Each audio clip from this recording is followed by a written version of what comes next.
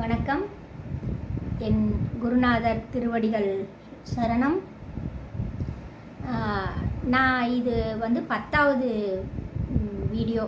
எது சம்மந்தமானா நோய் சம்மந்தமாக, அதாவது சுகர், பிபி, கேன்சர், அந்த மாதிரி ஏதாவது நோய் சம்மந்தமாக நான் போடுற 10வது வீடியோங்க இது. இது உங்களுக்கு பயனுள்ள வகையில் ஒரு காரியம் செய்யணும் அப்படிங்கிறதுக்காக தான் இது தொடங்கி, நான் இதுக்கு முன்னாடி கோலம் அது இதுன்னு இந்த சேனலில் போட்டிருந்தாலும் அதெல்லாம் சும்மா பொழுதுபோக்காக போட்டேன். ஆனால் உண்மையாக நம்ம ஒரு நல்ல காரியத்துக்காக படைக்கப்பட்டிருக்கோம். அதை உணர்ந்துக்கிட்டு இந்த சேனலை நான் இப்போ ஒரு நம்பிக்கை பேரில் இதை நான் போயிட்டுருக்கு, நல்லா போயிட்டுருக்கு. 10வது எபிசோடுங்க இது. என்னென்னா, எனக்கு சுகருங்க. சுகர் எப்படி இருக்குது, 500க்கு பக்கம் வந்துடுச்சு. கை காலெல்லாம் விளங்காமல் போய் வாயெல்லாம் கோணிக்கிற லெவலுக்கு ஓரளவுக்கு ரொம்ப முடியாமல் நிலையில தான் நான் கடவுளை வேண்டி ரொம்ப இது பண்ணுறப்ப யூடியூப்லேயே எனக்கு ஸ்டெப் பை ஸ்டெப்பாக வழி கிடைக்கும். அது எப்படின்னே தெரிலங்க. நான் யூடியூப் பார்த்துக்கிட்டே இருப்பேன். ஏன்னா என்னால் பண்ண முடிஞ்சு அது ஒன்று தான். படுத்துக்கிட்டு இப்படி நோண்டுறது தான் என்னோடய வேலை. கொஞ்சம் சமையலெல்லாம் செஞ்சு சாப்பிட்டுக்குவேன். குளிச்சுட்டு, ரொம்ப கஷ்டம், குளிக்கிறதே ரொம்ப கஷ்டம், இருந்தாலும் குளிச்சுட்டு சாப்பிட்டு படுத்துக்குவேன். இதுதான் என் பொழப்பு. பாத்திரம் கழுவுறது இது எல்லாமே ரொம்ப கஷ்டம், ரொம்ப ரொம்ப கஷ்டம். ஏன்னா இந்த விரையெல்லாம் அப்படியே குத்தும், பின்னூசியில் குத்துற மாதிரி குத்தும். அந்த வலி தாங்கிட்டு ஒரு உயிர் பொழைச்சி வந்தது பெரிய விஷயமா இருந்ததுங்க. நான் பல வீடியோவில் போட்டிருக்கேன் எனக்கு என்னென்ன பிரச்சனை இருக்குது உடம்புல, நான் எப்படி மாறி வந்தேன்னு. நம்ம முதல்ல மாற்றிக்க வேண்டியது நம்ம வாழ்கிற சூழ்நிலையை மாற்றிக்கணும். அதுக்கப்புறம் உணவு பழக்க வழக்கத்தை மாற்றிக்கணும். அதுக்கு பிறகு சின்ன சின்ன மெடிசன் யூடியூப்பில், அது என் குருநாதரை நான் ரொம்ப வழிபட கனகம்பட்டி அப்பா ஃபோட்டோவை பார்த்துக்கிட்டே கிடப்பேன், முருகன் ஃபோட்டோவை பார்த்துட்டே இருப்பேன். அப்படியெல்லாம் பார்த்துட்டே இருக்கிறப்ப அந்த ஒரு சின்ன ஒரு இத்தனோண்டு பாயிண்டில் நம்மளுக்கு ஒரு வழி கிடைக்குங்க. அப்படி கிடைச்சப்ப தான் நான் சொன்னேன் இல்லைங்களா, ஒரு வீடியோவில் சொல்லியிருப்பேன். ஒரு அம்மா ஏமா சோர்வாக இருக்குன்னு இந்த பொடி அரைச்சி சாப்பிடுமான்னு சொல்லிட்டு. ஆனால் அது சொன்ன பொடியில் எனக்கு சுகர் குறையவே இல்லைங்க. அடுத்த மாதமும் ரொம்ப அதே மாதிரி தான் இருந்தேன். அது நம்ம சித்தா நாட்டு வைத்தியம்னு போகிறப்ப நம்ம உடம்பு அதுக்கு பழக்கமாகணும். அதுக்கு கொஞ்சம் நாள் ஆகும், லேட்டாக தான் குறையும். ஆனால் பர்ஃபெக்டாக குறையும். வெயிட் பண்ணணும், நம்பிக்கை வைக்கணும். அப்புறம் இங்கே பாருங்கள், இந்த பொடி தான் நான் அவங்க சொல்லி அந்த கருஞ்சீரகம், வெந்தயம், ஓமம் இது மட்டும்தான் 2 மாதம் வரைக்கும் சாப்பிட்டுட்டே இருந்தேன். அப்புறம் ஒரு வீடியோவில் என்ன சொன்னாங்கன்னா, அதில் ஆவாரம்பூ, நவாப்பழ கொட்டை அதை யூஸ் பண்ணி அதெல்லாம் சுகரை குறைக்கிறதுக்கான பொடிகள் அப்படின்னு தனித்தனியாக போட்டாங்க. நான் என்ன பண்ணிக்கிட்டேன், இதில் 6 விதமானது இருக்குங்க. இந்த டப்பா ஃபுல்லாக இருந்தது, சாப்பிட்டு முடிக்க போகிறேன். எப்போ சாப்பிடுவேன்னா, எப்போல்லாம் எனக்கு போர் அடிக்குதோ அப்பெல்லாம் சாப்பிடுவேன். அப்படி இல்லைங்க, அப்படியும் சாப்பிடுவேன். அந்த சாப்பாடு சாப்பிட்றோம் இல்லைங்களா, அதுக்கு ஒன்று 10 நிமிஷம் முன்னாடி இல்லாட்டி 10 நிமிஷம் கழிச்சு அப்படி எடுத்து வாயில் போட்டு, இதை அந்த அம்மா சொன்னது சுடுதண்ணியில் கலக்கி குடிமா, ஒரு சிட்டிக்கை ஒரு 2 சிட்டிக்கைன்னு சொன்னாங்க. ஆனால் நான் அப்படி இல்லையா, சோறு மாதிரி சாப்பிடுவேங்க இதை. ஏன்னா சுகர் காரங்களுக்கு பசிக்கும். அந்த பசியை போக்கக்கு இதுவே சோறா அப்படின்னு பார்த்தீங்க. இவ்வளோ பொடி எடுத்து, இது பாதி, இவ்வளோ பொடி போட முடியாது, என் வாய்க்கு பத்தாது. இவ்வளோ பொடி எடுத்து வாயில் போட்டுக்குவேன். இப்படி வாயில் போட்டுக்கிட்டு அந்த உமிழ் நீரோட, முதல்ல எனக்கு உமிழ் நீரே இல்லை, வாயில் சப்புன்னு இருந்தது. வாய் அப்படியே வறண்டு போயிருந்தது. அப்போ இந்த உமிழ் நீர் சுரக்கும். இது எல்லாம் போட்டுக்கிட்டேன். அப்படியே வச்சு சப்பிகிட்டே இருப்பேன். சப்பி கடைசியாக அதை அப்படியே முழுங்கிடுவேன். பல்லும் சரியில்லை எனக்கு, அதனால் கடிச்சும் சாப்பிட முடியாது நிறைய பொருள். அப்படியே மெதுவாக முழுங்கி அப்படியே எனக்கு இதாக இதில் கலந்த எனக்கு என் உடம்புக்கு நானே தயாரித்து போடிங்க இது. அதாவது ஓமம், கரிஞ்சீரகம், வெந்தயம், அது கூட ஆவாரம்பூ, நவாப்பழ கொட்டை, அப்புறம் எனக்கு இந்த ஜீரணக்கோளாறு இருக்கிறனால சோம்பு, இவ்வளோதான். இதில் எதுவுமே உடம்புக்கு கெடுதலே இல்லை. உங்களுக்கு தெரியும், அளவுக்கு அதிகமான அமிர்தம் நஞ்சுன்னு சொல்லுவாங்க. அது மட்டும் மனசில் இருக்கும் எனக்கு. எதுவுமே அளவோடு சாப்பிட்டு வளமோடு வாழணும், சரிங்களா? அப்படி அந்த பொடியை எடுத்து நான் 3 மாதத்தில் உங்களுக்கு ரிப்போர்ட்டு எல்லாம் கொடுத்துருக்கேன். அடுத்தடுத்த வீடியோவில் நீங்கள் ஒருவேளை இந்த வீடியோ தான் உங்களுக்கு ஃபஸ்ட்டு கிடைக்குதுன்னா, நீங்கள் ஃபஸ்ட்டு வீடியோவில் பார்த்துட்டு வந்தீங்கன்னா உங்களுக்கு பார்க்க தெரியும். இதில் நிறைய விஷயங்கள்லாம் நான் சொல்லியிருக்கேன், அதுவும் உங்களுக்கு தெரியும். என்னையை பற்றியும் நீங்கள் தெரிஞ்சுக்குவீங்க, அப்படிங்களா? சரிங்க. அப்போ நான் ஒரு வீடியோலையும் நான் சொல்லியிருப்பேன், என்னோட டாக்டர் நான் வந்து ஆரம்ப காலத்தில் சுகரை கண்டுபிடிச்சதுலேருந்து ஒரு பாபா கோயிலில் இலவச மருந்து தருவாங்க. நான் அந்த கோயில் பக்கம் வீடு இருந்ததுனால அந்த கோயிலுக்கு போவேன். அப்போ வந்து இலவச மருந்து ஆனால் நான் ஒவ்வொரு ஞாயிற்றுக்கிழமை அந்த அந்த கோயிலில் வந்து இலவசமாக வயசானவங்களுக்கு பல வருஷமாக எல்லா விதமான நோயும் அவங்க முக்கியமாக வந்து சுகரு, பிபி, அந்த மாதிரி நோய்ங்க, நார்மலாக அப்படி வர நோய், வாழ்வியல் முறையினால் மாறுபட்ட நோய்களுக்கு அங்கே வந்து மருந்து கொடுக்க அவர் வருவாங்க. மாத்திரை அவருக்குன்னே தனியாக வீடியோ போடணும், அவ்வளோ சிறப்பு வாய்ந்தவர். அவர் பேர் புகழேந்தி. அவங்க மிஸ்ஸஸும் இப்போ டாக்டராக நம்மளுக்கு சேவை பண்ணுறாங்க. அவங்க வேறு இடத்துல கிளினிக் வச்சுருக்காங்க. ஆனால் இலவசமாக எனக்கு வந்து இங்கே கிடைக்கிறதுங்கிறதுனால நான் இந்த கோயிலுக்கு போய்வேன். இந்த பாருங்கள், சாய் சன்மார்க்க தர்மாலயா, காக்கா சாவடி, பாலக்காடு போகிறதுக்கு ஒரு அரை மணி நேரம் கொஞ்சம் முன்னாடிங்க. இந்த காக்கா சாவடி கோயம்புத்தூருக்குள்ளார இருக்குங்க. இப்போ வந்து பார்த்தீங்கன்னா அங்கே தாங்க இன்னைக்கு நான் அது 3 மாதம் என்னால் அந்த கோயிலுக்கே போகக்கூட முடியல. அவ்வளோ இது கிட்டத்தட்ட 1 வருஷமாக நான் டேப்லெட்டு அங்கே எடுத்துகிட்டு இருந்தேன்.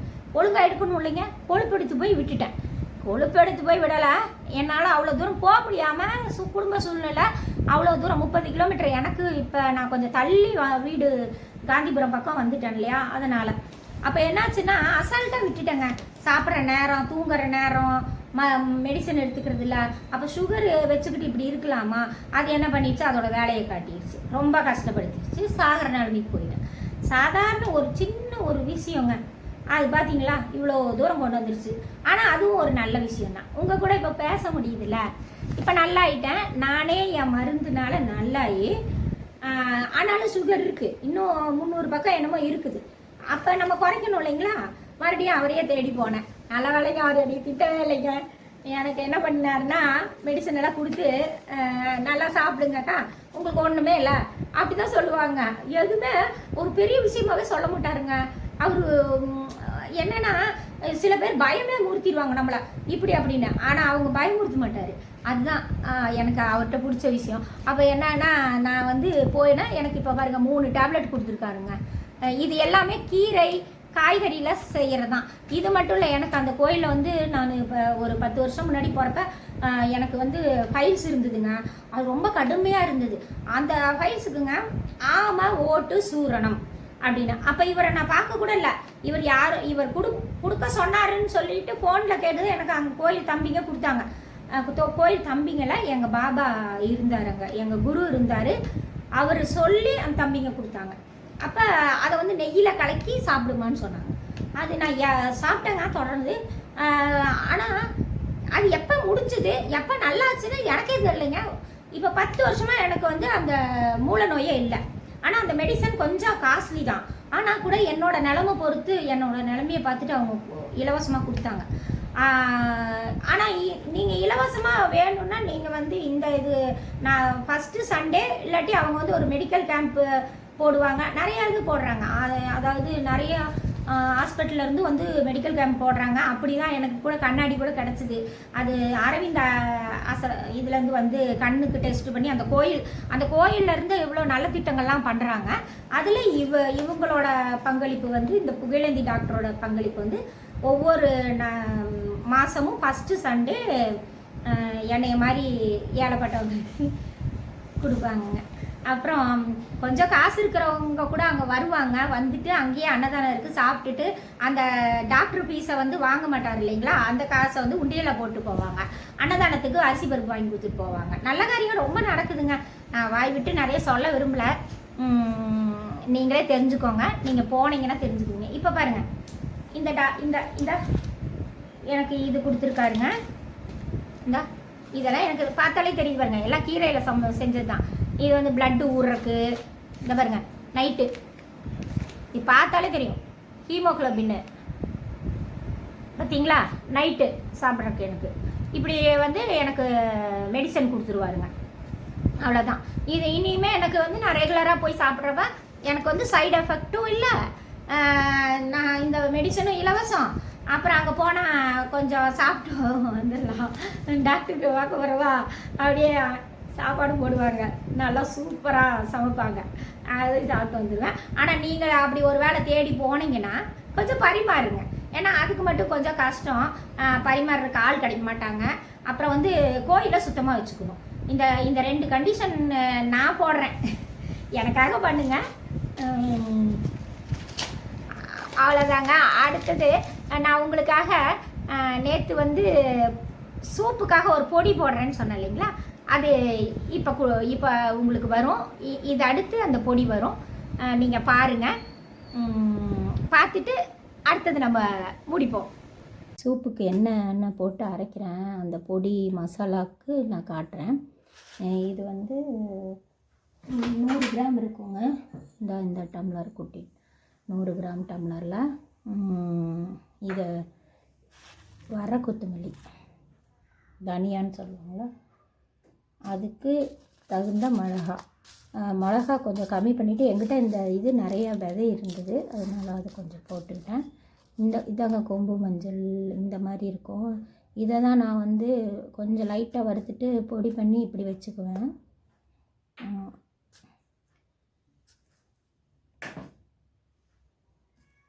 அப்புறம் இப்போ ஒரு 10 நாளைக்கு, ஒரு வாரத்துக்கு யூஸ் பண்ணுற பொடி தான் நான் அரைக்கிறேன், அளவாக தான் அரைக்கிறேன்.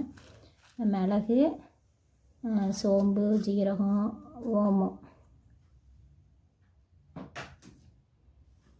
இது வந்துங்க இந்த நம்ம கார்ன்ஃப்ளவர் மாதிரி சூப்புக்கு வந்து கார்ன்ஃப்ளவர் போடுவோம் கெட்டியாகிறதுக்கு.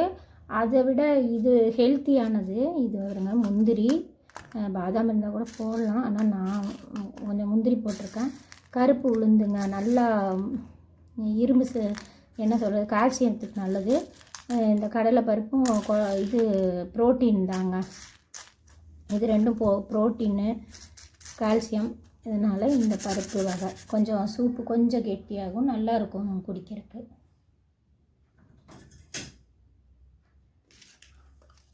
அப்புறம் இந்த மசாலா பாருங்கள், இந்த பிரிஞ்சி இலை, இந்த பிரிஞ்சி இலைக்கு அப்புறம் பட்டை, அளவாக பட்டை, கிராம்பு, இந்த இன்னும் ஸ்டார் இது என்கிட்ட இல்லை, தீர்ந்துருச்சு. இந்த இது என்ன ஜாதிபத்திரியா என்னமோ சொல்லுவாங்களே, அது பிரியாணிக்கு போடுறதுலாம் போடுவாங்க. அது கொஞ்சம் உடம்புக்கு தெம்பு கொடுக்கும், ரத்தத்தை கொஞ்சம் சுத்தம் பண்ணும் அப்படின்னு சொல்கிறாங்க, அதனால் இதெல்லாமே போடுவாங்க.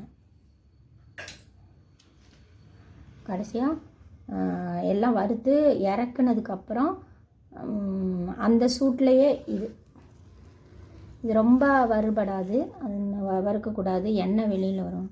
அதனால் இந்த கசகசா இது வந்து ராக் சால்ட்டுன்னு சொல்லுவாங்களேங்க, கருப்பு உப்பு. அது தேவைப்பட்டால் கல் உப்பு போட்டுக்கலாம் நம்ம. இப்போதைக்கு சும்மா இந்த பொடிக்கு தேவையானதுக்கு இது பண்ணுறேன். இது எல்லாத்தையுமே இந்த இரும்பு கடாயில் ஒன்றொன்னா போட்டு நம்ம வறுக்க போகிறோம். இப்போ வந்து அடுப்பை இங்கே கொண்டு வந்து வெளிச்சம் பத்தாது, அதனால தான் நான் வந்து வறுத்துட்டு வந்து உங்களுக்கு இது எல்லாமே ஒவ்வொன்றும் தனித்தனியாக தான் வறுப்பேன். ஆனால் ஏன்னா அதெல்லாம் ஒன்று சீக்கிரம் வறுத்துரும், சிலது சீக்கிரம் வறுபடாது, அதனால் தனித்தனியாக தான் வறுத்துருவேன். கடைசியில் எல்லாம் ஒன்று சேர்த்து உங்கள்கிட்ட கொண்டு வந்து நான் காட்டுறேங்க. தனித்தனியாக வறுத்து எல்லாத்தையும் தட்டில் போட்டு வந்துட்டேன். ஆற வச்சுட்டு மிக்சியில் போட்டு பவுட்ரு பண்ணணும். நல்லா ஆறிடுச்சு. இப்போ ஜாரில் அப்படியே அரைச்சிட்டு அந்த பொடியை அரைச்சிட்டு வரேங்க. அதுதாங்க அரைச்சிட்டு வந்துட்டு இங்கே பாருங்கள், ஓரளவுக்கு நைஸெல்லாம் ஆகாது, தேவையில்லை. நைஸெல்லாம் தேவையில்லை, கொஞ்சம் இப்படி பரபரன்னு இருந்தால் போதுங்க. எப்படின்னாலும் சூப்பு கூட போய் வேக தான் போகுது. இது காய்கறியும் போட்டு செய்யலாம், அப்புறம் மட்டன் சூப்புக்கும் யூஸ் பண்ணிக்கலாம், மூடவாட்டுக்கிழங்குக்கும் யூஸ் பண்ணிக்கலாம், முருங்கைக்கீரைக்கும் யூஸ் பண்ணிக்கலாங்க. நல்லா டேஸ்ட்டாக இருக்கும், நீங்களும் செஞ்சு பாருங்கள். பார்த்துட்டு வந்துட்டிங்களா?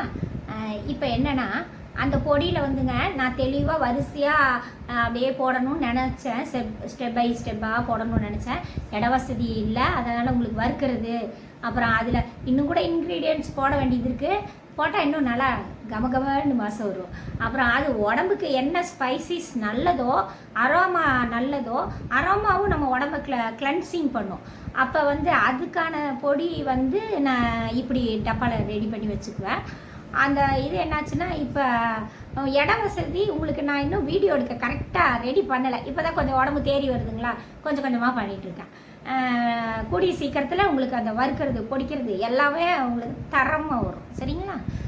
அப்புறம் அந்த பாபா கோயில் பற்றிலாம் நான் சொன்னேன்ல, அதை நீங்கள் யூஸ் பண்ணிக்கோங்க. தமிழ்நாடு ஃபுல்லாக இருந்து நீங்கள் அவரை காண்டாக்ட் பண்ணி வரலாம். அப்படி உங்களுக்கு தேவைப்பட்டால் சொல்லுங்கள், நான் அவர்கிட்ட கேட்டு நம்பர் வேணும்னாலும் உங்களுக்கு ரொம்ப ரொம்ப எமர்ஜென்சியாக இந்த மாதிரி சித்தா டாக்டரை பார்க்கணும், இப்படி பார்க்கணுன்னா நான் உங்களுக்கு தரேன். என் ஃப்ரெண்ட்ஸுங்களுக்கு தான் சொல்கிறேன். உண்மையிலே ரொம்ப நல்லா இருக்குங்க. அந்த நோய் முடிவடைகிறதே தெரியாது. எனக்கு இது மாதிரி கால் முட்டி ஜவ்வு போய் அதுவுமே இப்போ நான் ஊர் சுத்தாத இடமே இல்லை, வண்டி ஓட்டுவேன், எல்லாமே பண்ணுவேன். அந்த கால் வந்து அவ்வளோ நல்லாயிடும். வலி அப்பப்போ வலிக்கும். ஆனால் அதுக்கும் ஆயிலெல்லாம் அங்கே விற்கிறாங்க. ரொம்ப கம்மி விலைங்க, ரொம்ப ரொம்ப கம்மி விலை. அந்த ஆயிலை தயாரிக்க இன்க்ரீடியன்ட்ஸ் போடணும் இல்லையா, அதுக்கு உண்டான விலை மட்டும்தான் வாங்குறாங்க. மற்றபடி வேறு எதுக்கும் இல்லை. நீங்கள் போனீங்கன்னா நீங்கள் பலனடைகிறதுக்கு நான் உறுதி அளிக்கிறேன். ஏன்னா நான் 10 வருஷம் அந்த கோயிலுக்கு போயிட்டு வந்துட்டு இருக்கேன். அப்புறம் வந்து இன்னொன்று வந்துங்க, நாளைக்கு இனி எது சம்மந்தமாக வீடியோ போடுறதுன்னு எனக்கே தெரில. நம்ம அப்பா வழிகாட்டுட்டோம். சரிங்களா? நன்றி. என் குருநாதர் திருவடிகள் சரணம்.